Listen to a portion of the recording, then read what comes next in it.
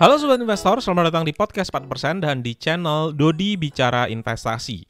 Minggu ini adalah minggu yang penuh ujian, khususnya bagi investor reksadana saham dan reksadana obligasi yang baru saja memulai investasi. Bayangkan saja, IHSG kita sepanjang satu minggu ini mengalami penurunan yang cukup drastis.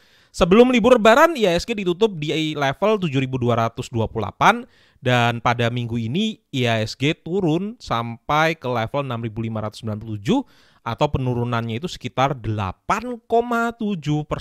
Sebelum libur lebaran, portfolio saya adalah 978 juta rupiah dan pada hari Kamis kemarin, portfolio reksadana saya itu berjumlah sebesar 913 juta rupiah.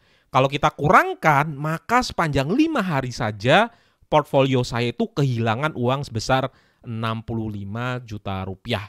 Apa penyebab investasi di reksadana saham itu bisa turun sepanjang satu minggu ini? Sebelum kita menjawab pertanyaan tadi, yuk kita akan coba lihat bersama-sama update dari perkembangan portfolio saya setelah satu minggu ini mengalami penurunan yang cukup dalam. Pada hari ini nilai dari portfolio saya adalah 915 juta rupiah. Keuntungannya masih tetap ada sebesar 180 juta, tapi jauh menurun ya dibandingkan dengan portfolio saya sebelum libur lebaran usai. Dan imbal hasilnya setara dengan plus 24,66%. Nah, kita akan coba lihat ya perkembangan dari portfolio saya. Kalau dilihat di sini memang sepanjang satu bulan bahkan satu minggu terakhir mengalami penurunan seperti yang tadi sudah saya jelaskan semula. Dalam satu hari, di hari Kamis kemarin bahkan portfolio saya turun sampai 22 juta rupiah. Tapi kalau kita lihat di dalam 3 bulan portfolio saya sebenarnya masih naik sebesar plus 2,82%. Year to date juga masih mengalami kenaikan plus 6,59%. Dalam waktu 1 tahun itu masih naik plus 13%. Dan dari awal sampai akhir itu adalah plus 24,66%. Sepanjang satu minggu ini saya melakukan pembelian di ABF Indonesia Bond Index Fund. Ini adalah reksadana obligasi negara yang saat ini mengalami penurunan. Nah, untuk Manulife Dana Syariah ini saya dapat dari cashback untuk pendaftar baru yang menggunakan kode referral Dodi Bicara Investasi. Kita akan coba langsung lihat ya secara spesifik di dana pensiun. Di sini saya memakai alokasi dari Robo Advisor di mana saya menggunakan profil resiko 10. Profil resiko yang bisa menghasilkan return yang tinggi tetapi ketika terjadi penurunan, turunnya bisa sampai sedalam yang saya tunjukkan sebelumnya. Di profil resiko 10, targetnya itu adalah untuk pasar uang 10%, kemudian untuk obligasi 20%, dan untuk reksadana saham itu 70%. Nah, kenapa saya di minggu ini tidak membeli reksadana saham IDX30? Karena alokasi saya di reksadana saham masih tergolong lebih tinggi daripada target. Saya akan mulai membeli kembali ketika alokasinya itu sudah di bawah dari target ya. Ini tentu saja bisa terjadi ketika pasar saham mengalami penurunan yang cukup dalam. Kita akan coba lihat satu-satu di reksadana pasar uang sendiri. Ada Sukor Invest Money Market Fund, kemudian ada Manulife Dana Syariah yang merupakan cashback. Kemudian kita lihat di reksadana obligasi ada 3 produk di sini. Majori Sukuk Negara Indonesia ini merupakan cashback yang lama. Kemudian ini adalah Indonesia Bond Index Fund dan ini adalah Sukor Invest Stable Fund. Kalau di rata-rata imbal hasilnya adalah plus 1,8%. Nah, kita akan coba lihat di reksadana saham. Untuk reksadana saham sendiri, saya memilih reksadana saham yang dikelola secara pasif, yaitu reksadana indeks. Ada 2 di sini, ada reksadana indeks Average IDX30 dan juga ada reksadana BNI AM Index IDX30. Sobat investor tidak perlu membeli keduanya secara terpisah, cukup pilih saja salah satu karena performanya sangat amat mirip ya. Dimana kalau di rata-rata imbal hasilnya sebesar plus 33,59%. Itu tadi update dari perkembangan dana pensiun saya. Sekarang kita akan masuk ke dalam sesi Q&A yang banyak sekali masuk di minggu ini. Oke, ini adalah pertanyaan pertama dan pertanyaan pertama ini saya kumpulkan dari banyak sekali sobat investor yang bertanya ya. Mengapa reksadana saham dan reksadana obligasi pada satu minggu ini mengalami penurunan dan apa yang kita harus lakukan untuk menghadapi penurunan ini? Apakah membeli ataukah menjual? Oke, sebenarnya dua penyebab utamanya adalah inflasi dan kenaikan suku bunga. Hal ini sebenarnya bermula dari perang yang lalu ya antara Ukraina dan Rusia yang sampai sekarang masih belum selesai. Ini menyebabkan kenaikan harga komoditas energi dan juga ada kenaikan-kenaikan seperti kenaikan bahan pangan dan hasil pertanian.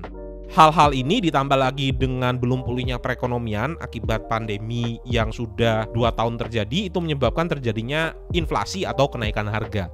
Di Amerika Serikat level inflasi ternyata cukup tinggi, bahkan mencapai lebih dari 8%, yang katanya itu tertinggi sepanjang 40 tahun terakhir. Hal ini membuat The Fed atau Bank Sentral Amerika Serikat itu mau tidak mau menaikkan suku bunga. Nah, sedikit bicara makroekonomi, di dalam ilmu ekonomi itu ada satu aturan ya, yaitu semakin tinggi inflasi, maka semakin tinggi pula suku bunga. Sebaliknya, semakin rendah inflasi, maka tingkat suku bunga sebaiknya diatur juga untuk semakin rendah. Karena The Fed itu menaikkan suku bunga di Amerika Serikat, maka obligasi negara Amerika Serikat yang sedang dijual di pasar obligasi itu juga ikut naik yieldnya ya, imbal hasilnya juga ikut naik. Alhasil dari negara-negara lain yang di sekitar, tidak terkecuali negara Indonesia, imbal hasil obligasi negara itu juga ikut-ikutan naik. Kita bisa melihat kenaikan ini, yieldnya itu naik dari yang sebelumnya itu cuma 6% lebih, sekarang menjadi sampai 7%. Nah, pertanyaan selanjutnya adalah kenapa ketika yield atau imbal hasil per tahun dari obligasi itu mengalami kenaikan, kenapa reksadana obligasi ataupun harga obligasi itu malah menjadi turun? Jawabannya sebenarnya sangat sederhana. Bayangkan sobat investor itu ingin mendapatkan bunga obligasi sebesar 1 juta rupiah dan dengan yield 6,5%, maka obligasi itu harus bernilai 15,3 juta rupiah agar bisa mendapatkan imbal hasil sebesar 1 juta rupiah. Tapi bayangkan ketika yieldnya itu naik dari 6,5%, misalnya menjadi seperti sekarang 7,3%, maka untuk mendapatkan 1 juta rupiah cukup dengan 13,6 juta saja imbal hasil 1 juta rupiah itu bisa didapatkan. Oleh karena itu nilai obligasinya itu turun dari 15,3 menjadi 13,6 juta rupiah. Simpel ya, ketika yieldnya naik, harga obligasinya turun.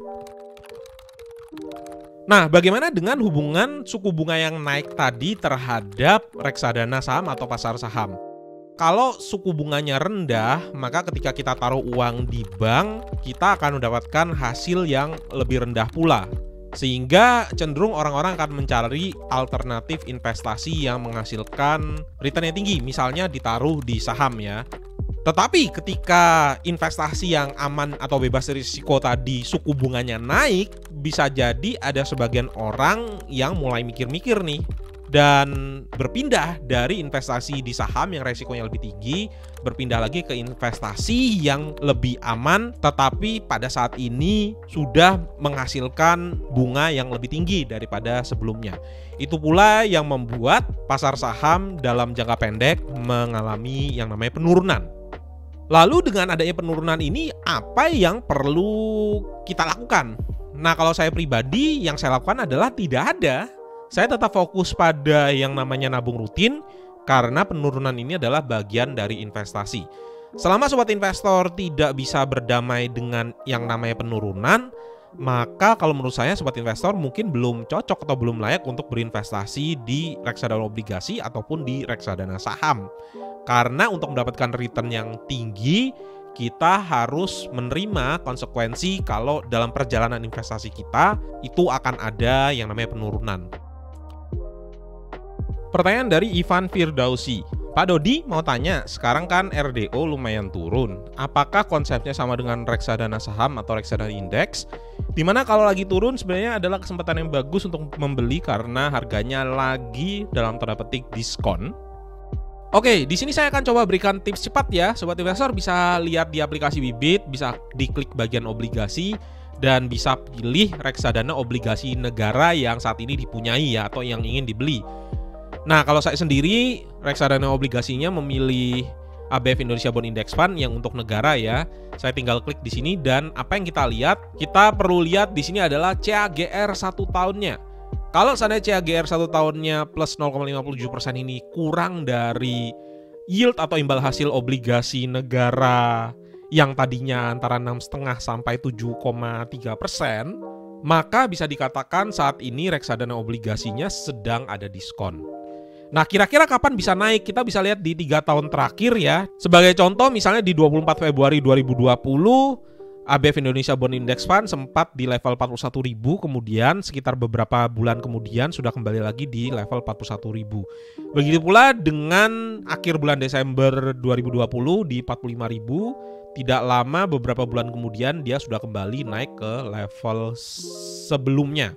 Oke, semoga tips tadi bisa menjawab ya. Oke, pertanyaan dari Suryati Gunawan, apakah sekarang saat yang tepat untuk membeli reksadana BNI IDX 30, Pak? Cara untuk tahu apakah pasar saham ini sedang ada diskon sebenarnya mirip dengan pertanyaan sebelumnya. Tetapi kita perlu lihat ya, pertumbuhan dari pasar saham itu berapa sih?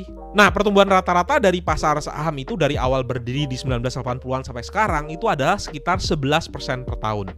Jadi kita akan coba lihat CAGR dari reksadana indeks kita bandingkan dengan 11% per tahun. Ternyata CAGR 1 tahun itu masih plus 15,23%. Artinya dalam minggu ini meskipun sudah turun sebesar 8% lebih, tetapi ternyata kalau kita lihat dalam 1 tahun terakhir masih ada kenaikan sebesar plus 15,23%. Jadi kita tidak bisa katakan kalau ini adalah diskon. Nah, karena pasar saham sedang tidak ada diskon, maka tetap dengan strategi sebelumnya, yaitu fokus ke nabung rutin dan tidak melakukan pembelian tambahan yang lebih banyak lagi. Itu tadi pertanyaan-pertanyaan yang masuk, dan sampai jumpa kembali di episode-episode selanjutnya. Bye!